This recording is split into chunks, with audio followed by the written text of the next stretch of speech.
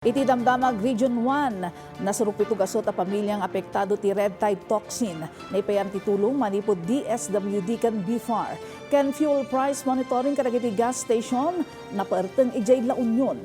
Dad duma detalye pa ay need na yan Monica Tukay. Iti Pangasinan, nang ipaulog ti Bureau of Fisheries and Aquatic Resources ti Shellfish Bulletin No. 6 no sa dino nagpositibo manan ti red tide toxin ti aw ti bulinaw kan anda.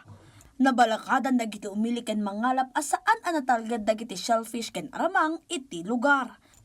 Gapot apektado dagiti mangalap, nasurok pito gasot a pamilya ti naipaayan iti family food packs, manipod iti LGUs, Department of Social Welfare and Development Office, ken BIFAR.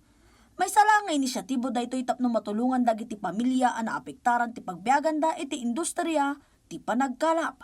Impaganatgat met ti BIFAR nga agtultuloy ti panagmonitor da iti sitwasyon ti danom iti nasao alug lugar tapno may pasigurado ti kinatalgad dagiti masaknan. Iti Ilocos Norte, nakibinadang ti Department of Agrarian Reform iti World Bank tapno mapapigsa ti Inclusive Partnership for Agrarian Reform Communities Project para kadagiti agrarian reform beneficiaries.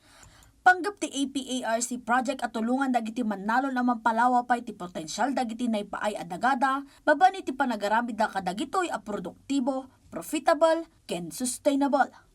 Kaspas ti panagsagana para iti naisingasing aganwat, itay nabiit, imunan na sinarungkar dagiti panakabagi manipod iti international lender kendar, iti panagbisita iti commodity cluster farm iti Region 1. Pakiramanan ti BBMD cluster, Karasi PD cluster, ken pagudpod Dumalneg cluster.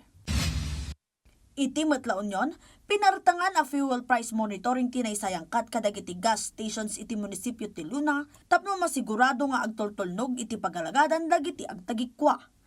Tiganuat kat pasiti panagkumit ti ili amang sigurado atong palan dagiti gasolinahan, dagiti naikadeng a paganurutan iti presyo ti gasolina, ken malapdan ti hoarding kadagiti produkto ti petrolyo. Indagadag ti LGU Luna ang makitinnulong dagiti business owners ken may palagip kadagiti umili, ngagtalinaed a nasipot tapno masigurado tinatalged a supply ti gasolina, ken patas a panagpresyo iti munisipyo. Iti Ilocos Sur, nang ipaay ti lokal a gobyerno ti tulong pinansyal kadagiti umili nga biktima ti uram ijay barangay Bungro, magsinggal. Babaan ti Office of the Municipal Social Welfare and Development, nakaawat da iti hygiene kit ken food packs ken tulong pinansyal nga aggatad iti 30,000 pesos a pagrugyan dagiti biktima. Dayan Monica Tukay para iti Pambansang TV, iti Baro a Pilipinas.